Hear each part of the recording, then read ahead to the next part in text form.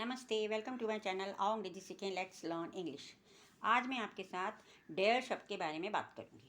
Dare को हम हिंदी में बोलते हैं किसी को हिम्मत करना। मतलब अगर किसी को कुछ करने की हिम्मत है या कोई हिम्मत दिखा सकता है या उसको करने की हिम्मत थी या कहने की हिम्मत है, हम इसको चुनौती में के लिए भी इस्तेमाल करते हैं कि अगर कहने की हिम्मत है तो करो, या हम क्वेश्चन करने के लिए भी इस्तेमाल करते हैं कि तुमने कैसे हिम्मत करी है कहने की, तब हम यहाँ डेयर शब्द का इस्तेमाल करते हैं। तो आइए हम देखते हैं कि इनको वाक्यों में हम कैसे प्रयोग करते हैं।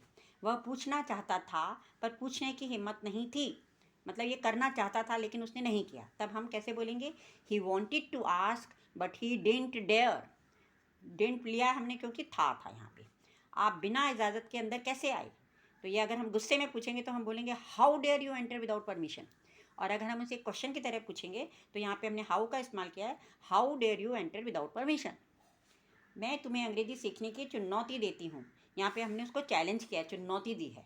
तो I dare you to learn English, मतलब चुनौती दी है, करना है, कर सकते हो तो करके दिखाओ।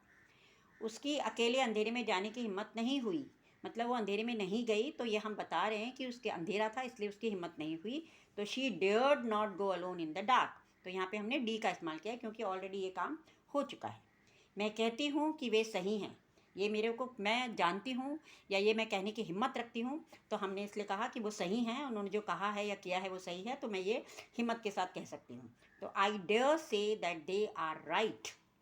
क्या उसकी मेरे सामने ऐसा कहने की हिम्मत है? अगर किसी ने हमसे हमारे बारे में कुछ कहा है तो हम उससे पूछ रहे हैं कि अगर उसके सच है, उसको सच लग रहा है या उसमें हिम्मत है तो मेरे सामने कह के दिखाए। तो हम डेयर शब्द का इस्तेमाल कर रहे हैं। और क्योंकि ये प्रश्न है तो हमने डेयर को आगे लाया है प्रश्न के लिए। डेयर शी से सो इन फ्रंट ऑफ मी। वह लुटेरों का सामना करने की हिम्मत करेगा। मतलब कि उसमें ये हिम्मत है और ये आगे के काम के बारे में बोल रहे हैं। हमें पता है कि वो कर सकता है, इसलिए हम बोल रहे हैं he will dare to face the robbers. इसलिए हमने यहाँ पे विल का इस्तेमाल किया, आने वाले समय के बारे में है। वह नौकरी से इस्तीफ़ा देने की हिम्मत नहीं करेगी, मतलब कि उसमें नौकरी से अपने आप को नौकरी छोड़ने की हिम्मत नहीं है। तब हम उसके लिए बात कर रहे हैं, she will not dare to resign from the job.